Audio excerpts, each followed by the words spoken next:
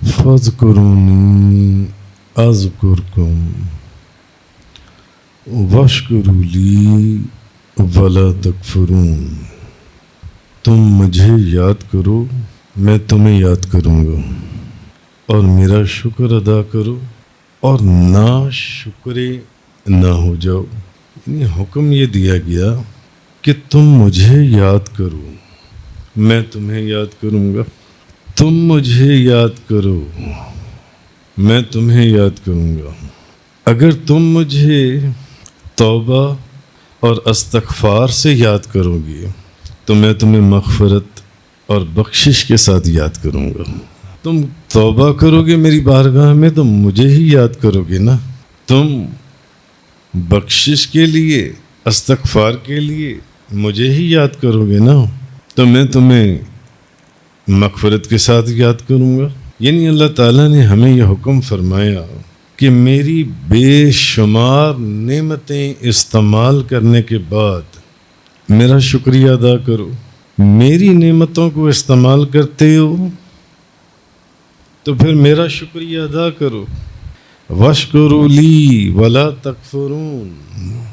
میری نعمتوں کو یاد کرنے کے بعد میرا شکریہ ادا کرو۔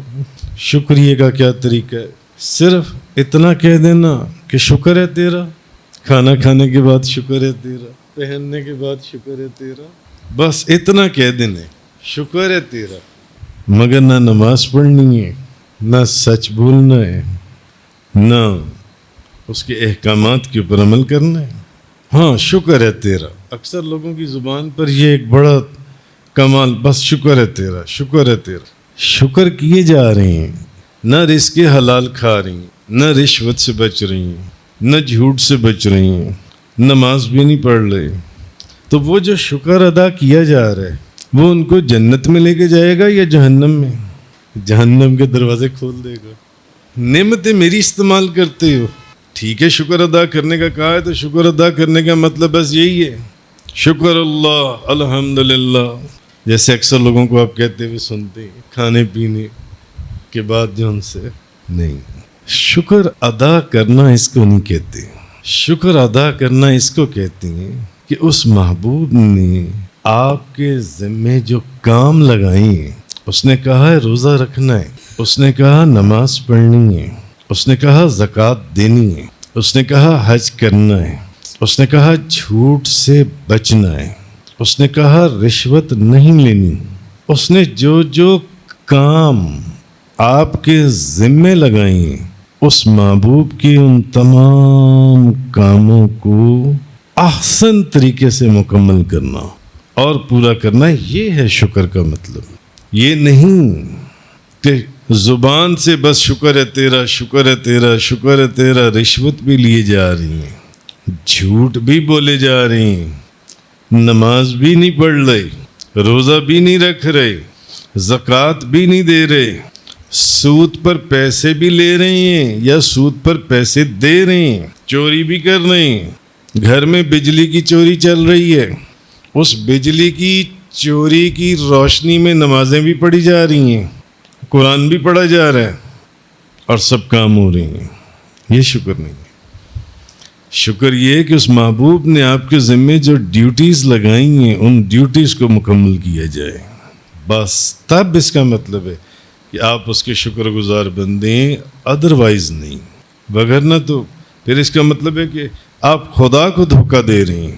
استغفر اللہ من ذالک۔ اللہ نے ہمیں کتنی نعمتیں عطا فرمائیں، کتنے احسانات فرمائیں، وَإِن تَعُدُّوا نِعْمَتَ اللَّهِ لَا تُحْصُوهَا۔ اتنی نعمتیں اللہ نے آپ کو عطا فرمائی ہیں کہ اگر آپ ان کو گننا چاہو تو گن سکتے ہو؟ نہیں گن سکتے۔ اتنی نعمتیں اللہ نے آپ کو عطا فرمائی۔ اللہ اکبر، یا رسول اللہ، یا رسول اللہ۔ کتنی اچھی بات ہے کہ انہوں نے نعرہ تکبیر کہا، آپ نے کہا اللہ اکبر، اللہ کا نام بلند کیا، نعرہ یا رسول اللہ۔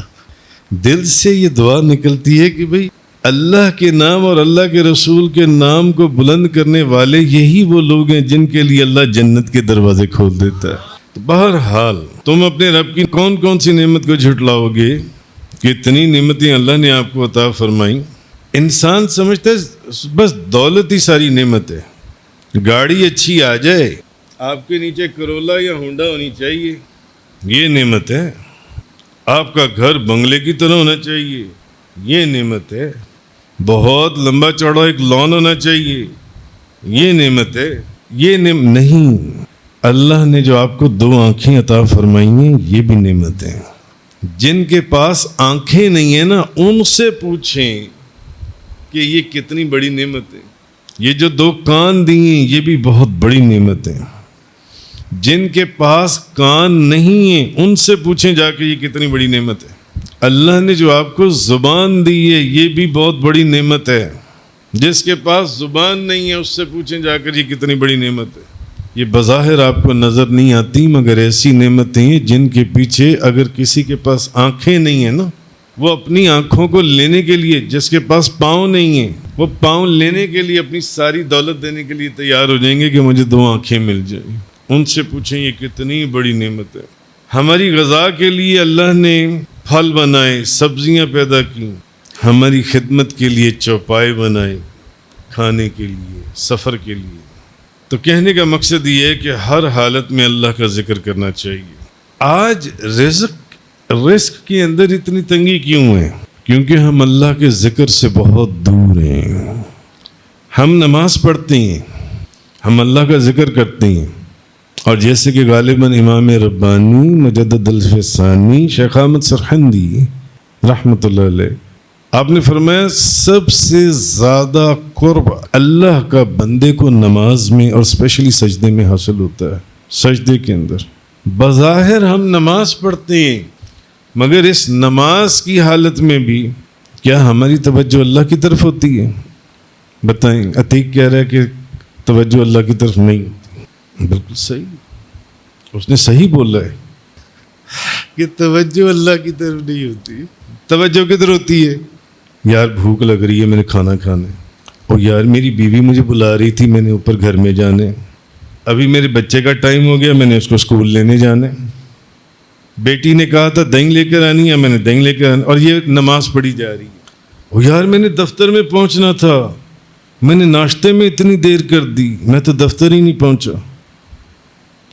یہ نماز پڑھی جا رہی ہے.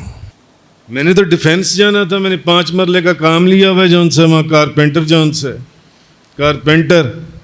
یہ نماز پڑھی جا رہی ہے. نماز کے اندر کاروبار، بیٹا، بیٹی، بیوی، نوکری، سب چیزیں چل رہی ہیں. اور نماز ایسے گزرتی ہے کہ پتہ ہی نہیں چلتا، ایسے نماز گزر جاتی ہے. ہم اللہ کا ذکر کہاں سے کرتے ہیں؟ کیا ہماری نمازیں، جیسا کہ اس بچے نے کتنا سچ بولا ہے کہ ہم نماز میں ہماری توجہ اللہ کی طرف ہوتی نہیں ہے. ہم دنیا کے کاموں میں ملوث، نماز میں بھی ہم دنیا کے کام کر رہے ہوتے ہیں. اور یار میں نے بینک جانا ہے، میں نے بیوی کو ڈاکٹر کے پاس لے کے جانا ہے، میرے دوست نے دعوت دی ہوئی ہے، میں نے رات کو ادھر جانا ہے. یہ نماز پڑھی جا رہی ہے. نماز دعوت میں بریانی ہوگی، مرغ قورمہ ہوگا، فلانی چیز ہوگی، یہ چیزیں سوچی جا رہی ہیں. سب نماز کے اندر کام چل رہی ہوتی ہیں. ایسا ہے یا نہیں؟ بتائیے. اس کا مطلب کیا ہے کہ ہم کیا نماز پڑھ رہے ہیں یا ایک مذاق کر رہے ہیں؟ ویسے ہی لوگ نمازوں سے بہت دور ہو گئے، بہت دور ہو گئے. اللہ پاک نے فرمایا وَمَنْ أَعْرَضَ عَنْ ذِكْرِي فَإِنَّ لَهُ مَعِيشَةً ضَنْكًا. جو لوگ میرے ذکر سے دور ہوتی ہیں، جو لوگ میرے ذکر سے دور ہوتے ہیں، جو میرے ذکر سے دور ہوگا یا دور ہوتے ہیں، بے شک انہی کی زندگی کو تنگ کر دیا جاتا ہے. انہی کی زندگی کو میں تنگ کر دوں گا. اور یہ اللہ کہہ رہے ہیں جو لوگ ذکر سے دور ہوں گے ان کی زندگی کو میں تنگ کر دوں گا. انہی کی زندگی تنگ ہے. تو سوچنے کی بات یہ ہے کہ میں جو چیز کہہ رہا ہوں، سکون جو ہے ہم لوگ دولت میں تلاش کرتے ہیں کہ نہیں، جب تک ہمارے نیچے کرولا یا ہونڈا نہیں ہوگی یا فارچونر اور ریبو نہیں ہوگا، اس وقت تک ہم پر سکون نہیں ہیں، ہمیں سکون نہیں ملے گا. نہیں، ان چیزوں میں سکون نہیں ہے۔ ان چیزوں کے اندر میرے پاس ایسے ایسے لوگ آتے ہیں مجھے ملنے کے لیے 15 کروڑ روپے کی گاڑی کے اندر، 15 کروڑ روپے کی گاڑی کے اندر آئے دن، کم و بیش ہر ہفتے، مگر بے سکون تڑپ رہی ہیں۔ کوئی گورنمنٹ کے کسی چکر میں پھنسا ہوا ہے، کوئی کسی مقدمے میں پھنسا ہوا ہے، کوئی کسی بیماری میں پھنسا ہوا ہے، خوفناک بیماریاں، ساری رات جاگ کر گزارتی ہیں۔ کیوں؟ کیونکہ دولت سے سکون نہیں ملتا۔ اربوں خربوں پتی لوگ، 20 گاڑیاں ان کی گیراجوں میں کھڑی ہیں، اور جس گاڑی پر میرے پاس چل کر آ رہی ہیں وہ بھی 15-20 کروڑ روپے کی ایک گاڑی ہے۔ نہیں ہے دولت میں سکون، دولت میں سکون نہیں ہے، بنگلوں میں سکون نہیں ہے۔ سکون کس میں ہے؟ الا بذکر اللہ تطمئن القلوب۔ خبردار، اللہ نے فیصلہ کر دیا، دلوں کا سکون جو ہے یہ اللہ کے ذکر میں ہے۔ دلوں کا جو سکون ہے یہ اللہ کے ذکر میں ہے۔ جو بندہ اللہ کے ذکر میں اپنے آپ کو بند کر دیتا ہے ان کے دلوں کو اللہ سکون کی نعمت عطا فرماتا ہے۔ اللہ یا رسول اللہ،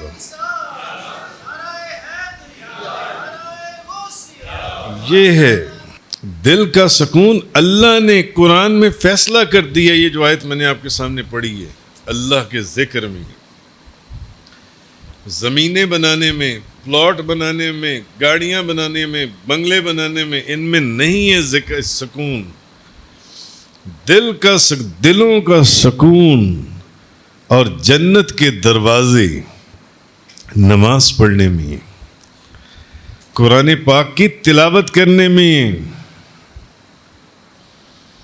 ماں باپ کا ادب کرنے میں، والدین کی خدمت کرنے میں۔ یہ حقیر، آج بھی میری داڑھی سفید ہو گئی، پوری داڑھی سفید ہو گئی۔ آج بھی رات کو سونے سے پہلے میں اپنی والدہ کے پاؤں چوم کر سوتا ہوں۔ بدبخت لوگ پاؤں چومنے کے اوپر فتوے لگاتے ہیں۔ میں اس کو حدیثوں سے، صحابہ سے، تابعین سے، اولیاء سے ثابت کر سکتا ہوں۔ بزرگوں کے، اولیاء اللہ کے پاؤں چومنے میں اللہ نے کتنی برکت رکھی ہے، ورنہ تابعین کے پاؤں نہ چومتے، تابعین صحابہ کرام کے پاؤں نہ چومتے، صحابہ کے پاؤں نہ چومتے۔ حدیثوں سے ثابت ہے، اور صحابہ نبی پاک صلی اللہ علیہ وسلم کے پاؤں مبارک نہ چومتے۔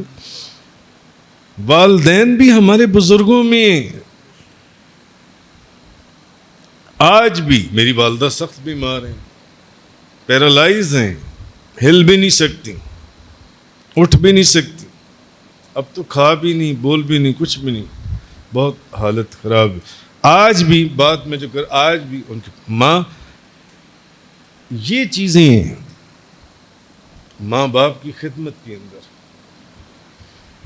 رزق حلال کے اندر، نماز پڑھنے کے اندر، اللہ کے جو احکامات ہیں ان کو پورا کرنے کے اندر اللہ نے دلوں کا سکون رکھا ہے، دلوں کا سکون رکھا اور رحمت رکھی ہے اللہ تعالیٰ نے۔ بہرحال میرے حضور بابا جی صاحب فرماتے ہیں، اللہ اللہ اللہ اللہ اللہ اللہ اللہ اللہ اللہ اللہ اللہ اللہ اللہ اللہ ذرہ ذرہ جہان دا دیو صدا، پتا پتا چمن دا پکارے پیا گزر دی جتھوں بھی جاوے باد صبا آ کے مستی دے وچ کہندی اے برملا اللہ اللہ اللہ اللہ اللہ اللہ اللہ اللہ اللہ دی مستی جہان دے وچ کیف ایسے دا سارے مکان دے وچ مہک اس دی یہ سب گلستان دے وچ ذکر اس دا اے سب نا زبان دے وچ اللہ اللہ اللہ اللہ اللہ اللہ اللہ ہر زبان میں اسی اللہ کا ذکر چل رہا ہے. فارسی میں خدا کہہ لو، عربی میں اللہ کہہ لو، انگریزی میں گاڈ، کسی بھی زبان میں چلے جائیں، کہاں اللہ کا ذکر نہیں ہے؟ کہاں اللہ کا ذکر نہیں ہے؟ حضرت ابو ہریرہ رضی اللہ تعالی عنہ، نبی پاک صلی اللہ علیہ وسلم نے فرمایا، حدیث ہے، حضور نے فرمایا جب میرا بندہ مجھے یاد کرتا ہے، جب میرا بندہ مجھے یاد کرتا ہے تو میں اس کے ساتھ ہوتا ہوں. جب میرا بندہ مجھے یاد کرتا ہے میں اس کے ساتھ ہوتا ہوں. ہمارے ایمانوں میں کاملیت کیوں نہیں ہے؟ صرف دکھانے کی حد تک کیوں ہے معاملہ؟ ہمارے ساتھ کوئی ایس پی آ جائے، کوئی کمشنر آ جائے، کوئی ڈپٹی کمشنر آ جائے، ہمارے ساتھ ساتھ چل رہا ہو تو ہم پھولے نہیں سماتی ہیں. ہاں، گورنر آ جائے تو پتہ نہیں ہم کہاں پہنچ جاتی ہیں. مگر حدیث سنیں، نبی کریم صلی اللہ علیہ وسلم نے فرمایا کہ جب میرا بندہ مجھے یاد کرتا ہے، اللہ فرماتا ہے کہ جب میرا بندہ مجھے یاد کرتا ہے تو میں اس کے ساتھ ہوتا ہوں، میں اس کے ساتھ ہوتا ہوں. اور جب وہ مجھے اپنے دل میں یاد کرتا ہے، اللہ فرما رہا ہے میں بھی اسے اپنے دل میں یاد کرتا ہوں. اور جب وہ بندہ مجھے کسی مجلس اور محفل میں یاد کرتا ہے تو میں اس سے زیادہ بہتر مجلس اور محفل، فرشتوں کی محفل میں اس کو یاد کرتا ہوں. یوسف اس ذکر دی عجب ہی شان ہے، میرے حضور قبلہ و کعبہ عالم علمئی فاضل لوزئی عاشق غوث الورا فنا فی المصطفیٰ پیر طریقت رہبر شریعت قطب جلی حضرت علامہ مولانا حاجی محمد یوسف علی نگینہ رحمۃ اللہ علیہ. یوسف اس ذکر دی عجب ہی شان ہے، ذکر اسے دے وچ نور عرفان ہے.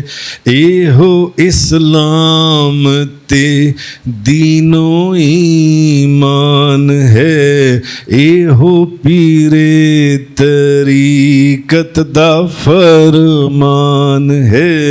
اللہ اللہ اللہ اللہ اللہ اللہ اللہ اللہ اللہ اللہ اللہ اللہ اللہ اللہ اللہ. حضرت جابر رضی اللہ تعالی عنہ فرماتے ہیں کہ نبی کریم صلی اللہ علیہ وسلم نے فرمایا افضل الذکر لا الہ الا اللہ، سب سے افضل ذکر لا الہ الا اللہ، لا الہ الا اللہ. وَأَفْضَلُ الدُّعَاء الحمدللہ، سب سے افضل ذکر لا الہ الا اللہ ہے۔ قرآن جگہ جگہ قدم قدم کے پر یہ کہہ رہا ہے کہ اللہ کے سوا کوئی شریک نہیں ہے، وہی ہے ایک معبود، وہی ہے ایک معبود، لا الہ الا اللہ۔ اور افضل دعا الحمدللہ، الحمدللہ۔ دیکھ لیں، اور کوئی سورت پڑھیں نہ پڑھیں نماز ہو جاتی ہے، جب تک الحمد شریف نہ پڑھیں نماز نہیں ہوتی، نماز نہیں ہوگی اس وقت تک جب تک آپ الحمد شریف نہیں پڑھیں گے۔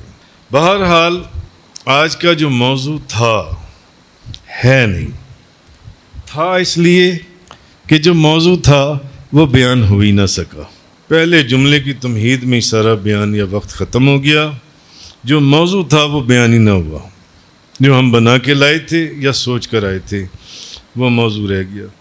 حضرت مولانا روم فرماتے ہیں کہ اگر تم عزت اور آبرو کی زندگی گزارنا چاہتے ہو، اگر تم الحمدللہ، اور یہ جو حدیث میں نے سنائی نا حضرت جابر والی کہ افضل الذکر لا الہ و افضل الدعا الحمدللہ، الحمدللہ میں نے حضرت جابر بن عبداللہ انصاری کے روضے پر بھی حاضری دی ہے۔ بتائیں کہاں ہے ان کا روضہ؟ عراق کا ایک شہر ہے سلمان، جہاں حضرت سلمان فارسی کا روضہ ہے۔ ان کے روضے کی، ان کے اندر روضے کی جائیں نا تو اندر سے ایک چھوٹا سا دروازہ پیچھے نکلتا ہے، پیچھے ان کی قبر ہے حضرت جابر بن عبداللہ انصاری کی، حضرت حذیفہ یمانی کے ساتھ۔ میں نے ان کے روضے پر حاضری دی ہے۔ تو مولانا روم فرماتے ہیں الحمدللہ میں نے مولانا روم کے مزار پر بھی حاضری دی ہے، یہ وہ ترکی میں، کون سے شہر میں؟ مولانا روم کا روضہ ترکی کا شہر ہے کونیا، کونیا کے اندر ہے، دیکھنے والا روضہ ہے، ایسے ہے جیسے کوئی بادشاہوں کا پیلس ہوتا ہے، محل۔ دنیا کے جو ایک وہ روضہ اور ایک ادھر مشہد شریف میں امام علی رضا کا روضہ، خیر وہ تو ایک شہر ہے پورا، اتنا بڑا روضہ ہے، لیکن یہ جو کونیا میں مولانا روم کا روضہ ہے یہ تو ایسے جیسے بادشاہوں، کسی بادشاہ کے دربار میں آپ انٹر ہو گئے، اربوں روپے کے فانوس، اربوں روپے کے قالین، اور جیسے مشہد میں امام علی رضا ادھر بھی اسی طرح پینٹ کوٹ ٹائی کے اندر، ایسے جیسے ابھی 0 میٹر نیا پینٹ کوٹ ٹائی پہن کر خدام آئیں، سروں پر ہیٹ ہیں اور ان کی لائنیں ہیں ان خدام کی جو صفائیاں کر رہی ہیں، آنے والے مہمانوں کی جوتے صاف کر رہی ہیں، اور اس طرح سب وہ جو کر رہے ہیں سب کام جو سے۔ تو مولانا روم فرماتے ہیں ہرچہ خواہی زیستن بآبرو، یاد او کن، یاد او کن، یاد او۔ اگر تم عزت اور آبرو والی زندگی گزارنا چاہتے ہو تو اٹھتے بیٹھتے چلتے پھرتے ہر سانس پر اس عزت اور آبرو والے کے نام کا ذکر کرو، اس کے نام کا ذکر کرو۔ بہرحال وقت گزر گیا، اللہ ہمیں حق سمجھنے کی توفیق عطا فرمائے۔ جو بیان تھا اس کا تو کچھ بھی بیان نہ ہوا، مگر جو کچھ بھی بیان ہوا وہ قرآن اور حدیث سے ہی بیان ہوا۔ وآخر الدعوانا ان الحمدللہ رب العالمین۔